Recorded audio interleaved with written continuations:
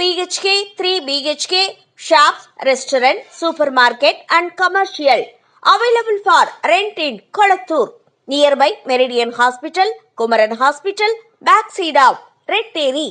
Please contact 9034555554. மலையாள சினிமால நடிகைகள் மற்றும் பெண் கலைஞர்களுக்கு நேரும் பாலியல் துன்புறுத்தல்கள் குறித்த ஹேமா கமிட்டி அறிக்கை கடந்த சில நாட்களுக்கு முன்பாக வெளியாகி ரொம்பவே சர்ச்சையா போயிட்டு இருக்கு. பிரபலங்களான சித்திக், ரஞ்சித் மற்றும் ஜெயசூர்யா, MLA முகேஷ் இப்படி பல பேர் மேல இந்த குற்றச்சாட்டை சுமத்தி இருக்காங்க. இவங்களுக்கு எல்லாருக்குமே இந்த விஷயத்துல தொடர்பு இருக்கு அப்படின்றது எல்லாருக்குமே அப்பட்டமா தெரிஞ்சு போயிடுச்சு. இந்த நிலையில தமிழ் மற்றும் தெலுங்கு சினிமாவில் பிரபல நடிகையாக இருக்கும் சமந்தா தெலுங்கு சினிமாவிலும் பெண்களுக்கு எதிரான பாலியல் துன்புறுத்தல் குறித்த அறிக்கையை வெளியிட வேண்டும் என தெலங்கானா மாநில அரசுக்கு ஒரு கோரிக்கையை விடுத்திருக்காங்க. இது பற்றி சமந்தா தன்னுடைய இன்ஸ்டால ஒரு ஸ்டோரியை போட்டிருக்காங்க. தெலுங்கு திரையுலக பெண்களான நாங்கள் ஹேமா கமிட்டி அறிக்கையை வரவேற்கிறோம். கேரளாவில் இதற்கான முயற்சியை மேற்கொண்ட விமன் இன் சினிமா கலெக்டிவ்க்கு பாராட்டுக்கள்.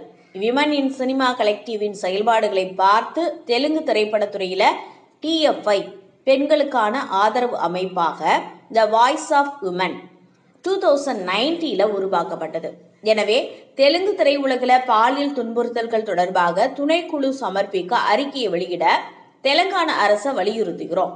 இது தெலுங்கு திரைப்படத்துறையில பெண்களுக்கு பாதுகாப்பான சூழலை உருவாக்குவதற்கான அரசு மற்றும் தொழில்துறை கொள்கைகளை உருவாக்க உதவும் அப்படின்னு வலியுறுத்தியிருக்காங்க சமந்தா.